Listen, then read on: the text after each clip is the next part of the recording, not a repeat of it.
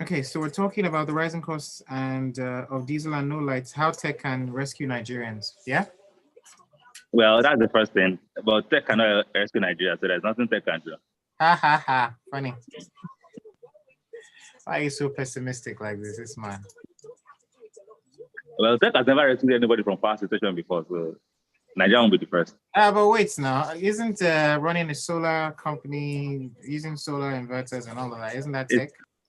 It's the most expensive and probably most useless type of power situation you ever want to have. Mm-hmm. Okay. All right. No problems. We'll talk about it now. We're going in 30 seconds.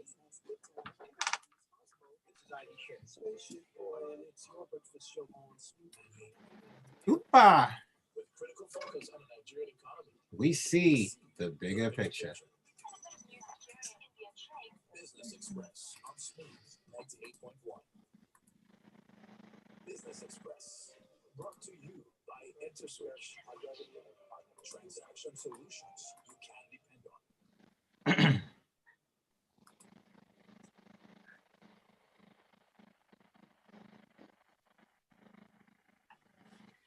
Good morning. Welcome back. If you just joined us, this is Smooth 98.1. Love music, love life. It's time for Business Express. And of course, it's a Friday today. So guess who's joining us? Visaya is here with us this morning. We're going to be talking all about technology and how it can help save us here in Nigeria, possibly, maybe not. If you want to be a part of our conversation, what you can do is reach out to us up on our WhatsApp platform. 0809-444-0981 is where you can send your messages to. Also, we're streaming live on Instagram. No, on YouTube, actually.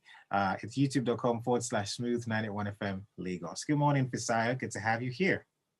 Good morning. It's great to be here. Awesome. So real quick, though, let's just dive right into it, like I mentioned. So we're discussing rising diesel costs and also no lights. The power situation is crazy. But the question is, can tech rescue Nigerians? And Visaya, I mean, you're the tech guy, so I want to just throw this to you this morning. Can Nigerians turn to renewable energy to avoid diesel costs? Because let me give you a story. I was at the petrol station yesterday, and one of the attendants told me they had to close in the next 5 minutes because they didn't have diesel to run their own business, and I was shocked. Like, I mean, you'd think anyone should have diesel over you guys. So, is there a way tech can save the situation? Well, in the broader context of tech, right, exploration and production of petroleum resources is tech, right, in the wider context of tech, because it requires technology to drill for oil, it requires technology to do all of that. But that's not what we're talking about. We're talking about renewable energy, solar, wind, and all of that. True. Right.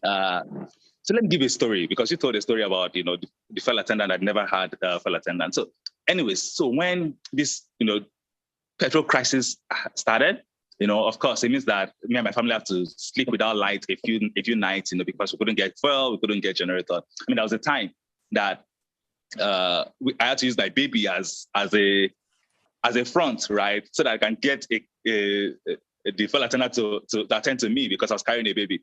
Right, so that had happened a few times. So I then re-engaged, start this conversation around, getting power back, right? So do I invest in solar? How much will it cost me?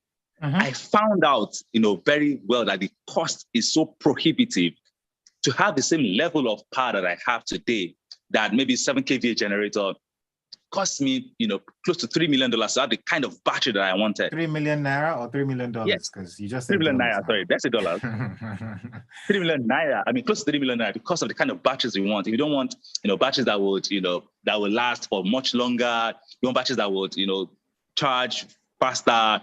You want to be able to power by solar panels. You want to just many things, right? And that is why this cost is so expensive.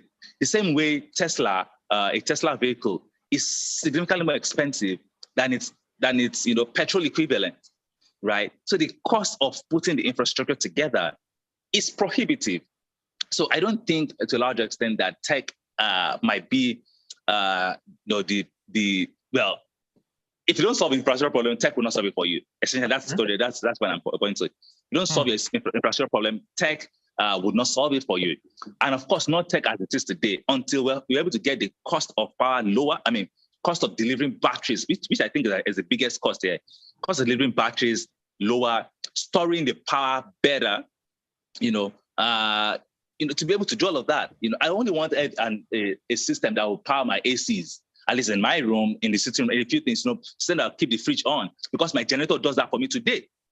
But for me to get the same level of power, it costs me multiples. I was like, okay, if I do that, and of course I have to change the battery in 2 years or in 3 years or in 4 years, again, I have to reinvest that much again.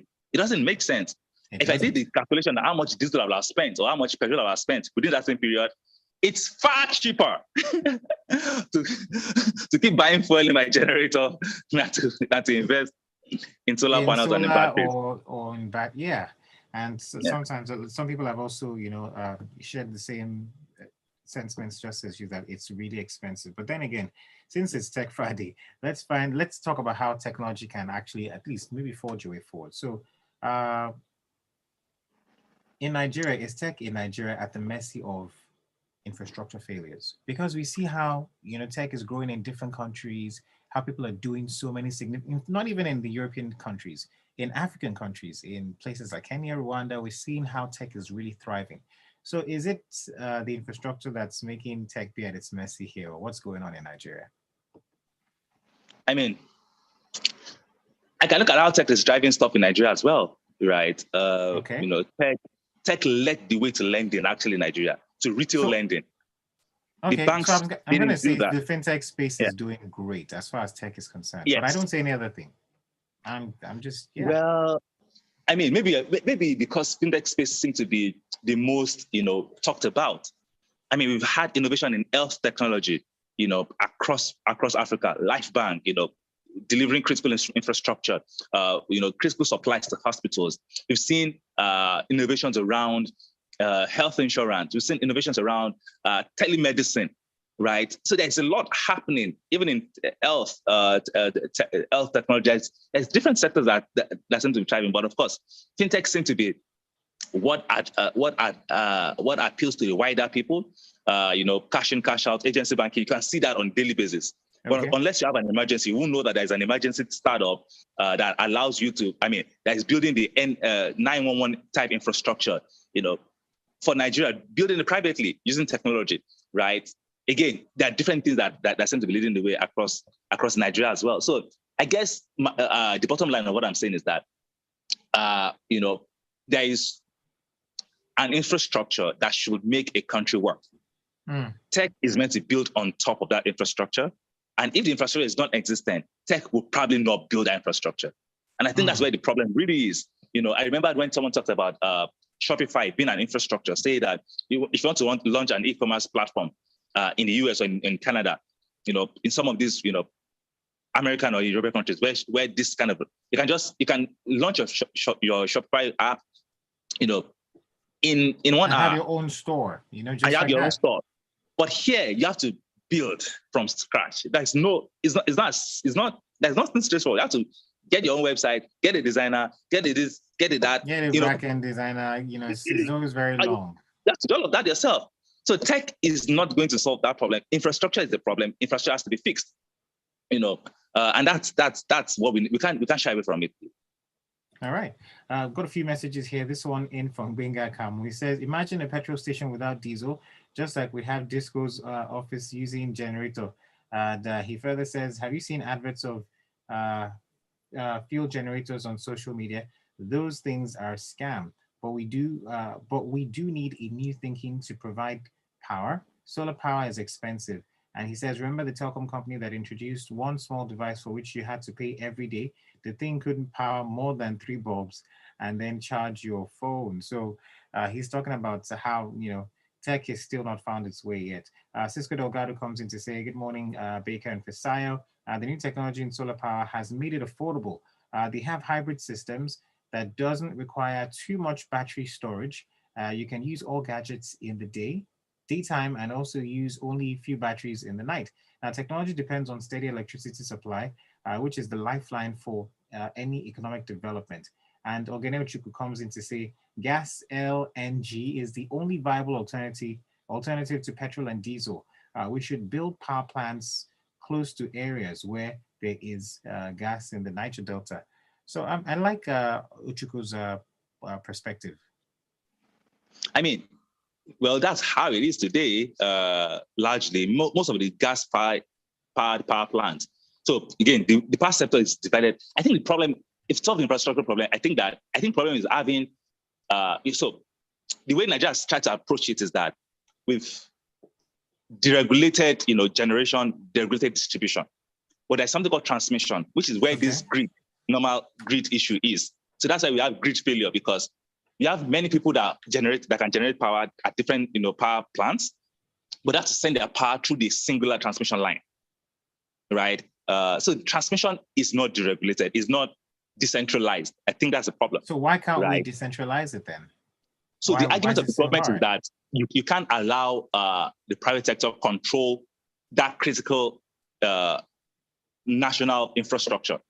So it means that the private sector can determine who has if the country has power or not, right? Oh, wow. So the government wants to determine that part, like, hey, I can give you generation, I can give you distribution, but I'm going to hold the middle so that I can still control how, so that no one can hold the government to ransom, essentially. That's what that's the argument of the government, right?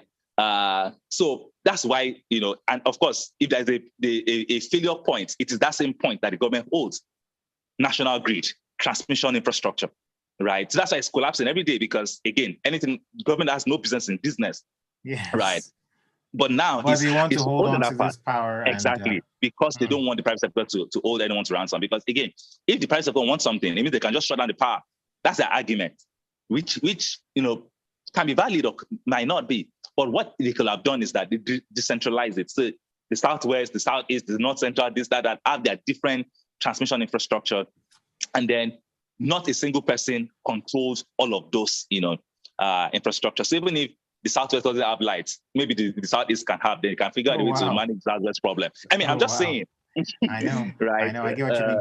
Real quick, we're almost out of time, but I've got two things I'd like for you to quickly touch on, if you can, in a minute, right? So I want to talk about Twitter downvote feature, and I also want to talk about the buy now, later clump, thing. Basically, they've raised $780,000 as pre-seed. So real quick, just walk us through that one, and also let's just mention about the Twitter downvote feature. I mean, Twitter, they should focus on being a platform and forget all this, trying to make this community thing. It's not a community place. It's not for community. If you want community, we create a WhatsApp group for ourselves. If you want to have public discourse, you go on Twitter and have public discourse. If you're angry at what people say, then then leave the place. If you can't manage your emotions, then leave the place. I think I'm not in that conversation around, okay, what Twitter can do or what Twitter cannot do. It is not their business to determine what people say and edit or restrict speech, as case might be. They can't do that. And that has been my position. That will continue with my position. On Clump, I think one thing that we need to just mention is the fact that the number of startup founders that are supporting startups across Africa right now. So right now, the way the announcement for Clump is, right, if I look at some of the names that have backed them up, right, so GB, the CEO of Florida Wave, Babs Ogunde, the CEO of Kuda, the CEO of Bamboo, the CEO of Mono, former Jobberman CEO, all of these kind of people are the ones backing up, Clump today. And I think that it is the beginning, not just the beginning, it's the way an ecosystem evolves. And I think it's great for everyone involved. All right, awesome. Thank you so much, Fisayo. Always a pleasure having you here. And how can the good people of Lagos and guys listening to the radio find you on social media? I'm at Aremo Fisayo on Twitter. Aremo Fisayo, yes. Aremo Fisayo. Thank you so much. Yeah. Always a pleasure, Aremo Fisayo. Okay, that said, Lagos, there's more to come in a few moments.